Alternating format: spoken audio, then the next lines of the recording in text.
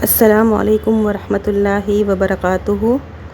الحمد للہ رب العالمین والصلاة والسلام علی اشرف الانبیاء والمرسلین ومن تبعہم بإحسان الی یوم الدین، اما بعد۔ فعن ابی ہریرہ رضی اللہ تعالی عنہ قال ان رسول اللہ صلی اللہ علیہ وسلم قرأ فی رکعتین الفجر قل یا ایھا الکافرون وقل اللہ احد، رواہ مسلم۔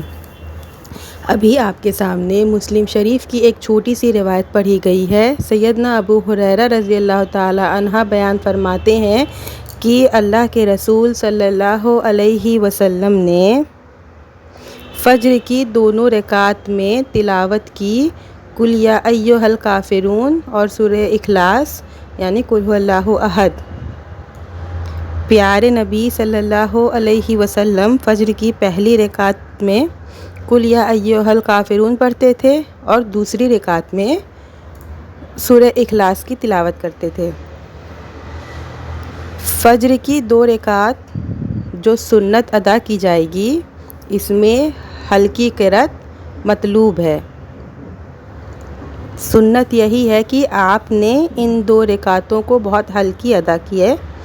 پیارے نبی صلی اللہ علیہ وسلم سفر میں ہوں یا کہیں بھی ہوں، آپ نے ہمیشہ فجر میں اس نماز کو ہمیشہ آپ نے مختصر ہلکی ادا کی ہے، جیسا کہ آپ دیکھ رہے ہیں کہ پہلی رکعت میں قل یا ایھا الکافرون پڑھتے تھے اور دوسری رکعت میں قل ھو اللہ احد پڑھتے تھے۔ یہ دونوں مختصر صورتیں ہیں۔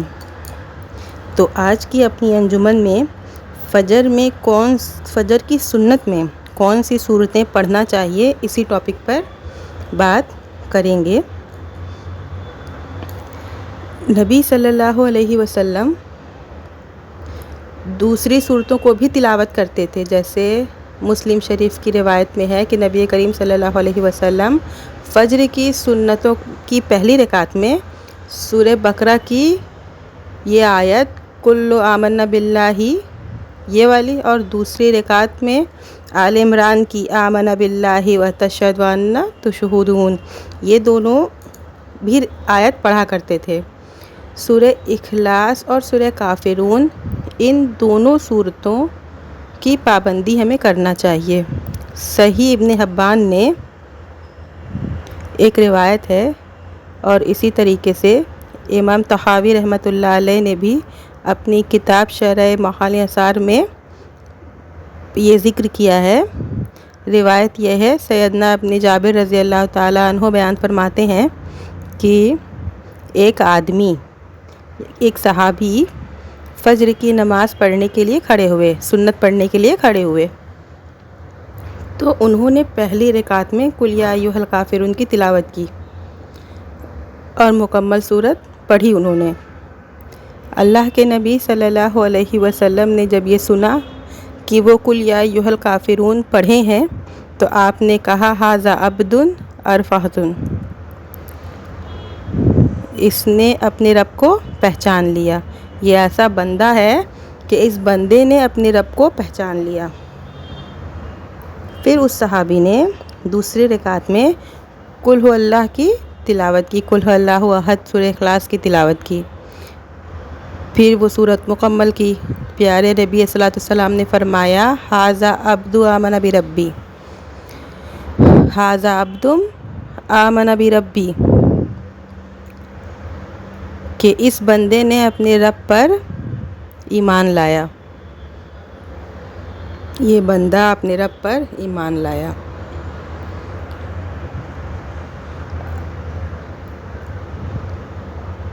ابو راوی کہتے ہیں کہ طلحہ رضی اللہ تعالیٰ عنہ نے یہ فرمایا کہ فانا احب و استحب ان اقرأ بہذین السورتین فی ہاتین الرکعتین۔ سیدنا طلحہ رضی اللہ تعالیٰ عنہ بیان فرماتے ہیں کہ میں ان دونوں رکعتوں میں ان دونوں صورتوں کو پڑھنا مستحب سمجھتا ہوں۔ فَأَنَا أَسْتَحِبُّ أَنْ أَقْرَأَ بِرَكَعَتَيْنِ السُّورَتَيْنِ فِي هَاتَيْنِ الرَّكَعَتَيْنِ۔ صحابی طلحہ رضی اللہ تعالیٰ عنہ کہہ رہے ہیں کہ سورہ اخلاص اور سورہ کافرون یہ 2 صورتیں نبی صلی اللہ علیہ وسلم پڑھتے تھے اور آپ نے اس کی یہ فضیلت بیان کی ہے۔ وہ صحابی کہتے ہیں کہ میں ان دونوں صورتوں کو فجر کی دونوں رکعتوں میں پڑھنا مستحب سمجھتا ہوں۔ خلاصہ کلام یہ ہے کہ فجر کی 2 رکعت سنت مختصر پڑھی جائے گی۔ پہلی رکعت میں قل یا ایھا الکافرون اور دوسری رکعت میں قل ھو اللہ احد پڑھنا مستحب ہے۔ ہمیں نبی صلی اللہ علیہ وسلم کی سنت کی پابندی کرنا چاہیے۔ ہم جب جان رہے ہیں یہ چیز کہ فجر کی 2 سنت میں قل یا ایھا الکافرون پہلی رکعت میں اور دوسری رکعت میں قل ھو اللہ احد پڑھنا چاہیے، تو ہم سب کو آپ سب کو اس سنت پر عمل پیرا ہونا چاہیے، ہم سب کو اس سنت پر عمل کرنا چاہیے۔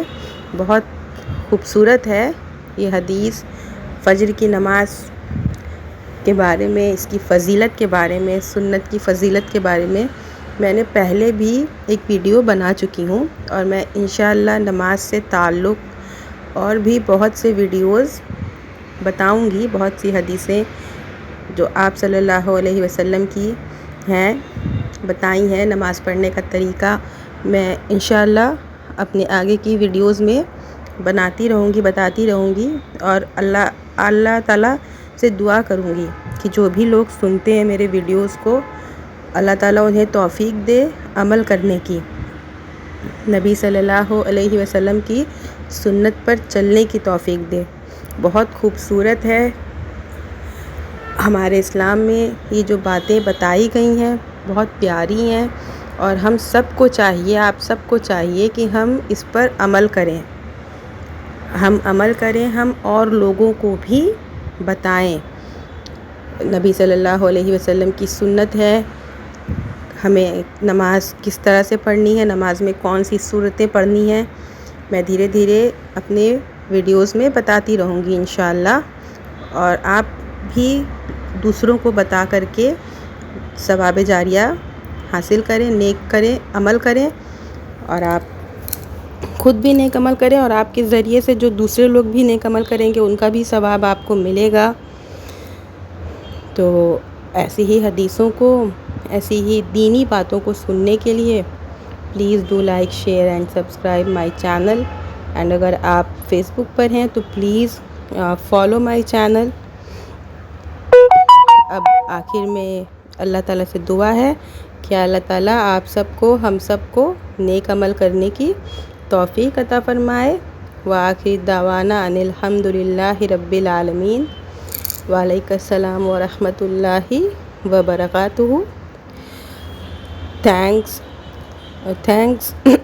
Thanks for watching, and don't forget to subscribe and say Ameen in comment.